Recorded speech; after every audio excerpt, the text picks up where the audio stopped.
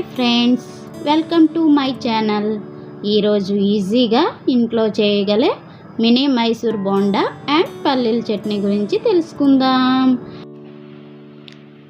2 కప్పులు మైదా,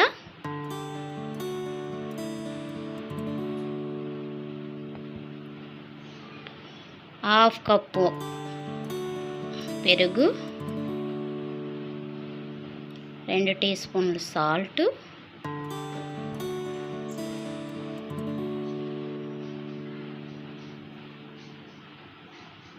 1/2 tea spoon వంట soda, కొంచెం జీలకర్ర, 2 పచ్చిమిర్చి సన్నగా కట్ చేసుకొని వేసుకోవాలి, కొంచెం కొత్తిమీర, గ్లాస్తో వాటర్ తీసుకొని కొంచెం కొంచెంగా పోసుకుంటూ నెమ్మదిగా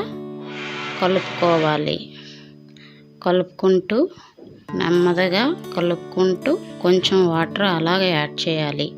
ఉండలు లేకుండా కలుపుకోవాలి. చూడండి, ఇలా జారే వరకు కలుపుకోవాలి. ప్లేట్ మూత పెట్టుకొని 20 నుంచి 30 నిమిషాలు పక్కన పెట్టుకోవాలి. పల్లీల చట్నీ స్టవ్ పై కళా పెట్టుకొని కొన్ని పల్లీలు వేసుకొని దోరపొదనగా వేపుకొని 2-3 చుక్కల ఆయిల్ వేసుకొని లైట్ బ్రౌన్ కలర్ వచ్చేంత వరకు వేగించుకోవాలి. 2 లేదా 3 పచ్చిమిర్చీలు తీసుకొని బాగా వేగించుకొని మిక్సీ జార్లో వేసుకోవాలి. కొంచెం సాల్ట్, వాటర్ పోసుకొని మిక్సీ పట్టుకోవాలి. చట్నీ తాలింపుల కోసం పోపులు, ఎండుమిర్చి, కరివేపాకు లైట్ ఫ్లేమ్లో పెట్టుకొని వేగించుకోవాలి. బాగా వేపిన పోపులను బౌల్లో తీసుకున్న చట్నీలో కలుపుకోవాలి. స్టవ్ ఆన్ చేసుకొని స్టవ్ పై కళా పెట్టుకోవాలి. కళాయిలో ఆయిల్ వేసుకోవాలి.